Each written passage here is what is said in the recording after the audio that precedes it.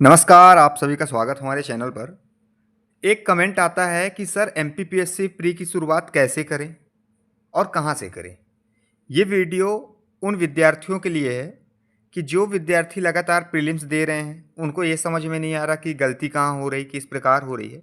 और जो नए विद्यार्थी हैं कि कैसे शुरुआत करना चाहिए, कहाँ से करना चाहिए।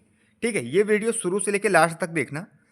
हो सकता है कि जो आपका प्री नहीं निकल रहा हो, आपकी गलत रणनीति हो, स्ट्रेटजी हो, वो थोड़ा-सा कारगर सिद्ध हो जाए। ये वीडियो अगर आप शुरू से लेके लास्ट तक देखोगे, तो 100% आपको चीज़ें समझ में आएँगी और आपका बहुत क्या है, थोड़ा बहुत मदद हो जाएगा। सबसे पहले कि हमको पढ़ना कैसे है, कहाँ से पढ़ना है, कौन-सी यूनिट पहले उठानी है, ठीक है? जैसे 10 यूनिट दिए गए हैं प्रीलिम्स में, अब 10 यूनिट में कौन सी यूनिट पहले उठानी है, कौन से बाद में पढ़नी है, कौन सी कब पढ़नी है, ये विस्तृत 1 से लेके 10 यूनिट के हम चर्चा करेंगे और किस प्रकार की रणनीति होगी, ये वीडियो शुरू से लेके लास्ट तक देखोगे तो सारी चीज़ें आपको समझ में आएँगी। सबसे पहला है स्टेप नंबर 1, आपको यहाँ दिख रहा होगा। स्टेप नंबर 1 में सबसे पहले मान लो कि आप तैयारी करना स्टार्ट किए हो या आप लंबे समय से तैयारी कर रहे हो, 2 साल, 3 साल, 4 साल, या फिर आप मान लो कि पहली बार एग्जाम में अगर बैठे हो, तो आपको 2 चीज़ें याद करनी है। सबसे पहले आपको ध्यान रखने वाली बात यह है कि मान लो कि कल से आपको पढ़ाई के लिए बैठना है, तो आपके पास सिलेबस होना चाहिए। सिलेबस जो है वो हार्ड कॉपी होनी चाहिए, मतलब जो आपको एमपीपीएससी साइट से जाओ, आयोग के साइड में जाओ, वहाँ से डाउनलोड करो और उसका प्रिंट निकलवा लो। और दूसरा चीज़ है पीवाईक्यू, पुरानी ईयर्स के क्वेश्चन पेपर आपके पास होने चाहिए 2014 से लेके 2025 तक। ठीक है, ये 2 चीज़ आपके पास होनी चाहिए। इसका क्या रोल रहेगा, कितना इंपॉर्टेंस है, ये जब वीडियो शुरू से लेके लास्ट तक देखोगे समझ में आएगा। ये स्टेप नंबर 1 है। तो स्टेप नंबर 1 में कोई पढ़ाई नहीं करनी है। स्टेप नंबर 1 में सिर्फ 2 काम करने हैं। एक सिलेबस रखना है अपने पास और एक रखना है पीवाईक्यू। स्टेप नंबर 2 में चलते हैं। स्टेप नंबर 2 में सबसे पहली यूनिट उठानी है यूनिट 10। अब यूनिट 10 जब आप उठाओगे तो यूनिट 10 में मध्य प्रदेश की जनजातियां, विरासत, लोक संस्कृति एवं लोक साहित्य दिया हुआ है। अब इसमें आपको ये देखना है कि कहाँ ज़्यादा फोकस करना है, किस प्रकार करना है। अब इसके लिए कोई भी बुक ले सकते हो, ये बुक लिस्ट का वीडियो नहीं है, ये हम आपको ये बताएंगे, ये बता रहे हैं कैसे पढ़ना है और शुरुआत कहाँ से करना है। तो यूनिट 10 के लिए कोई भी एक बुक लो, ठीक है। टॉपिक देखो कि क्या क्या टॉपिक दिया है। जैसे पहली टॉपिक आप देखोगे सिलेबस में तो लिखा है कि मध्य प्रदेश में जनजातियों का भौगोलिक विस्तार, जनजातियों से संबंधित संवैधानिक प्रावधान, ठीक है। फिर ऐसे करते करते 3-4 टॉपिक दिए हैं, टोटल 5 टॉपिक दिए गए हैं।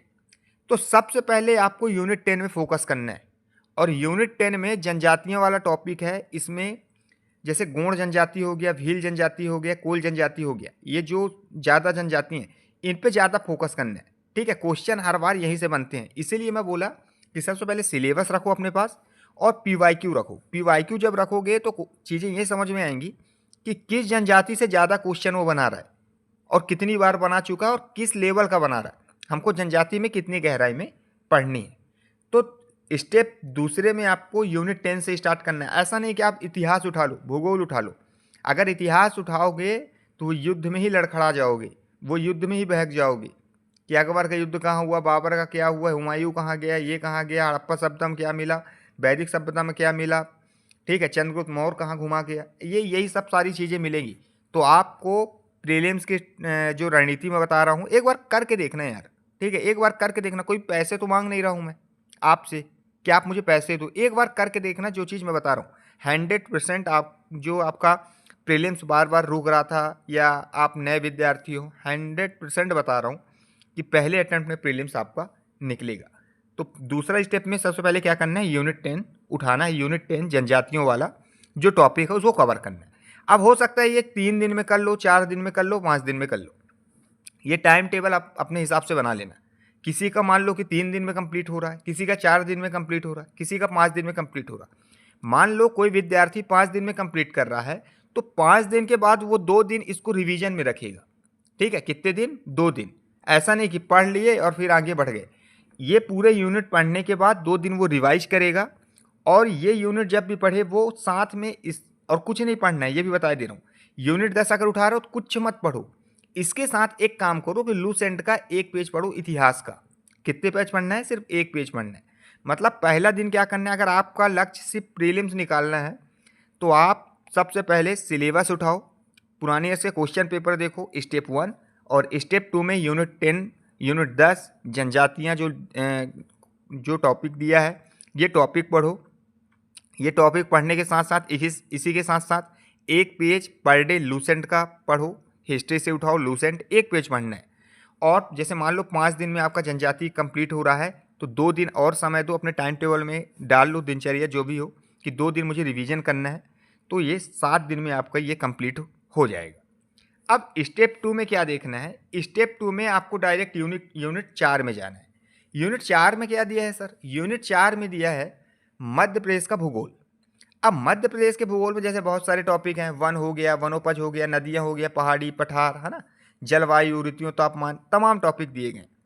फिर उसमें वही चीज़ अपनानी है कि पुराने ईयर्स के क्वेश्चन पेपर देखो, किस लेवल का क्वेश्चन पूछा है, ठीक है, उसकी प्रकृति क्या है, कितनी गहराई में जाकर पूछा है, ठीक है, और सिलेबस में कहाँ मेंशन है, और सिलेबस रखते जाओ, ठीक है। तो ये जब आप यूनिट 10 आपका कंप्लीट हो जाएगा तो डायरेक्ट आपको छलांग मारना है यूनिट 4 पे। यूनिट 4 में मतलब मध्य प्रदेश का भूगोल, वही काम करना है, पुरानी ईयर के क्वेश्चन पेपर देखने हैं।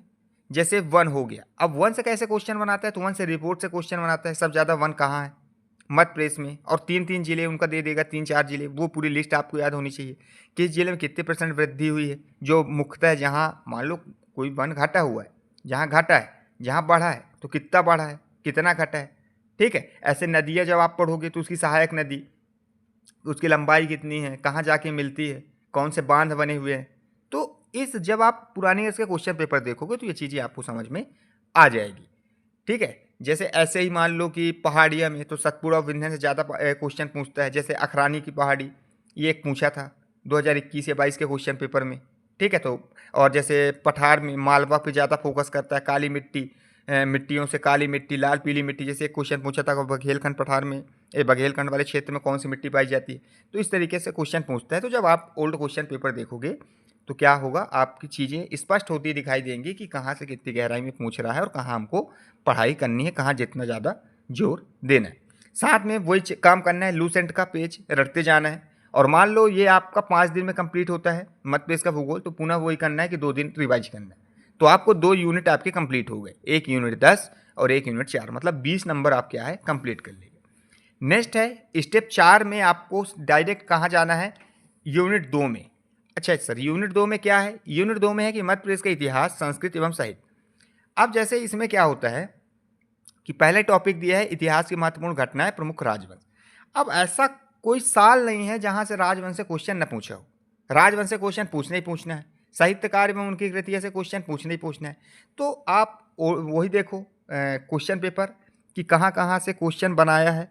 जैसे साहित्यकार से हर साल क्वेश्चन बनाता है, ये इंपॉर्टेंट है। राजवंश से हर साल क्वेश्चन बनाता है, ये इंपॉर्टेंट है, ठीक है। तो ऐसे क्या करो कि आप सिलेबस देखो, ओल्ड क्वेश्चन पेपर देखो, और जब आप पढ़ो तो उनका एक प्रारूप बना लो कि यार हमको इतनी गहराई में पढ़नी है, ठीक है। मान लो ये 5-6 दिन में कंप्लीट हुआ, फिर वही पुनः वही करना है कि 2 दिन रिवीजन करना है, ठीक है। ऐसे मतलब आप दिनचर्या टाइम टेबल में नहीं बता रहा हूँ यहाँ पास, मैं आपको बता रहा हूँ कि पढ़ना कैसे है, ठीक है, शुरुआत कहाँ से करना है, तो आपको ये बता रहा हूँ। और फिर वही लूसेंट का पेज आपको पढ़ते जाना है। तो इसमें क्या होगा कि चीज़ें आपकी जो एमपी के हैं ये तो कंप्लीट होती जा रहे हैं, और जो लूसेंट से हिस्ट्री है ना, वो एक एक पेज करके भी आपका कंप्लीट होते जाता है। जैसे 3 ये तीसरा यूनिट में बता दिया आपको, है ना, तो 7 तरीके का, इस मान लो 7-7 दिन में कंप्लीट कर रहे हो तो 21 दिन में लूसेंट भी तो कंप्लीट हो रहा है, हिस्ट्री का फैक्ट भी तो आपके कंप्लीट हो रहे हैं, ठीक है। अब स्टेप 5 में चलते हैं। इसमें चलना है यूनिट 6 में, ठीक है। और जो सीक्वेंस मैं बता रहा हूँ वही सीक्वेंस पे काम करना, 100% आपको कारगर सिद्ध हो गए, देखना। क्योंकि आप पहले क्या कर लेते हो कि इतिहास उठा लेते हो, अब इतिहास खत्म होता नहीं जल्दी, बोरिंग होता है यार, बोरिंग लगने लग जाता है, क्या पढ़ें, कहाँ से पढ़ें, वही युद्ध है, वही सन है, वही घटनाएं हैं, बार बार वही चीज़, ठीक है। तो ये इसीलिए मैं बोल रहा हूँ कि छोटे छोटे यूनिट उठाओ। स्टेप 5 में कहाँ जाना है, इसमें चलना है यूनिट 6 में। यूनिट 6 में दिया है भारत एवं मध्य प्रदेश की अर्थव्यवस्था, और इसमें भी सबसे पहले आपको फोकस करना है मध्य प्रदेश में, भारत में बाद में करना है। जैसे मध्य प्रदेश में सतत विकास लक्ष्यों में मध्य प्रदेश की प्रगति हो गई है ना, मध्य प्रदेश की जनसंख्या, मानवीय संसाधनों का विकास, ये सिलेबस में आपके मेंशन है। तो यूनिट 6 से आप उठाओ। यूनिट 6 में मान लो जो भी पढ़ रहे हो, तो एमपी से पढ़ रहे हो, इसको करंट में लिंक करके पढ़ो। कोई भी बुक ले सकते हो, मार्केट में तमाम बुक हैं, कोई भी कोचिंग के नोट से पढ़ सकते हो। ठीक है, तो स्टेप 5 में क्या करना है, यूनिट 6 में आपको फोकस और करना है, और वही चीज़ लूसेंट का एक एक पेज पढ़ते जाना है। नेक्स्ट है स्टेप 6। स्टेप 6 में आपको यूनिट 9 में जाना है। यूनिट 9 में दिया है सूचना एवं संचार प्रौद्योगिकी। इसमें भी 6 टॉपिक 5 टॉपिक दिए गए, जैसे कंप्यूटर का आधारभूत ज्ञान हो गया, इलेक्ट्रॉनिकी हो गई, सूचना एवं संचार प्रौद्योगिकी, e governance, internet, social media, networking platform, इस पर फोकस करना है। अब इसमें थोड़ी सी अच्छे से पढ़ना है, ओल्ड क्वेश्चन पेपर इसमें बड़ी बारीकी से देखना है, क्योंकि यहाँ से जो क्वेश्चन आते हैं उनका लेवल ठीक ठाक रहता है। ठीक है, हर एक चीज़ यहाँ से डाटा फैक्ट आप रट के सॉल्व नहीं कर सकते हो। यहाँ से कुछ कॉन्सेप्ट लेवल भी आता है, कुछ दिमाग का खेल भी होता है।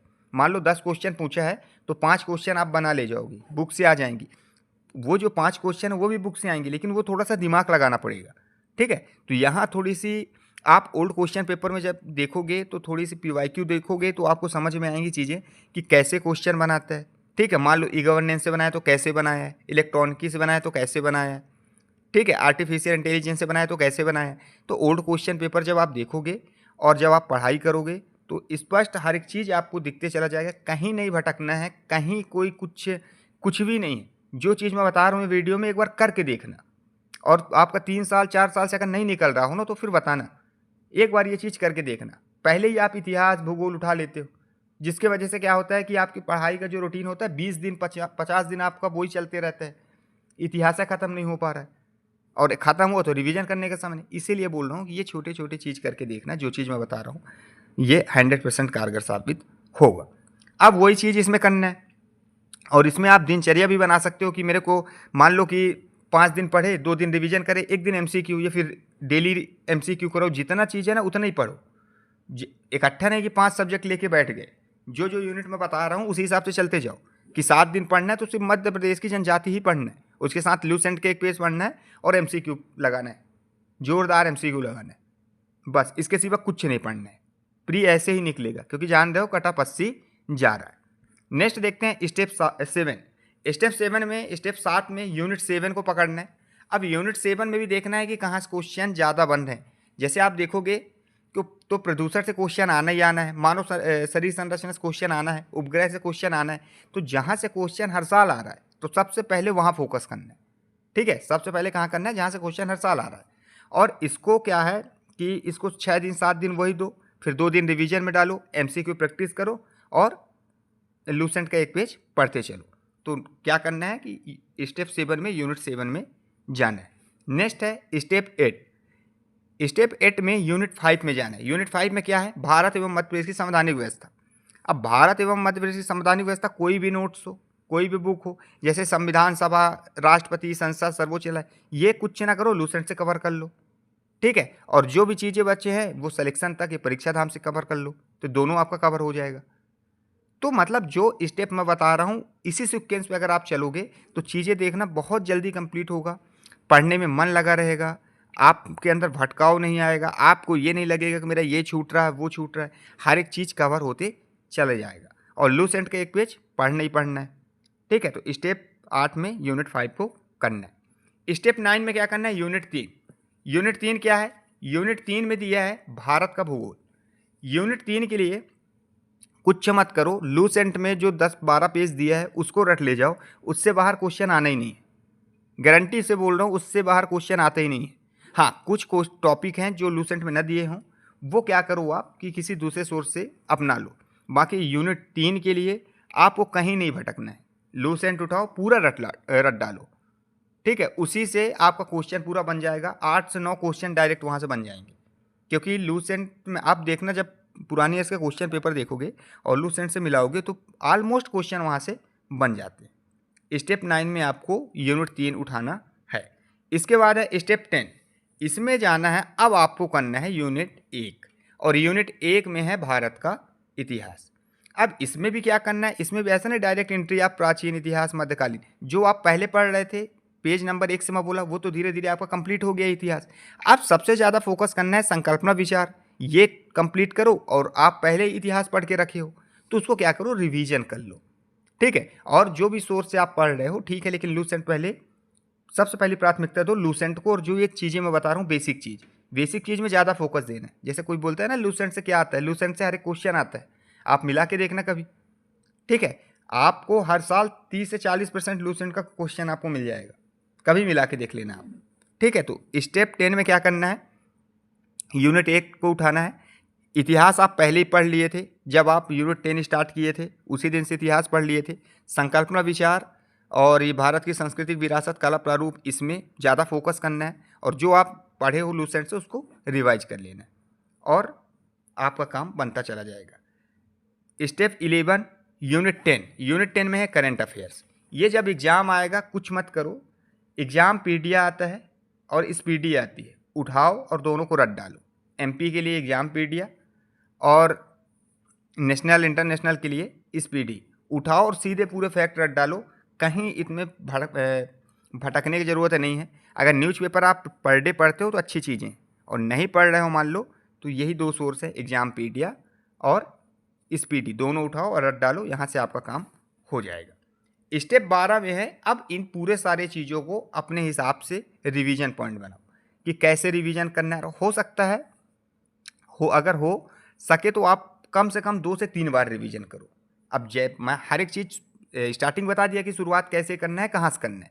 अब ये रिवीजन का जितना भी सिस्टम आप अपने अंदर रखो कि कैसे रिवीजन करना है, ठीक है, कितने दिन में करना है, किस प्रकार करना है, फिर 2 सब्जेक्ट लेके चलना है कि 3 सब्जेक्ट लेके चलना है, क्योंकि एक बार आपने क्या कर लिया, पूरा पढ़ लिया है, अब आपको भटकने का कोई चांस ही नहीं है।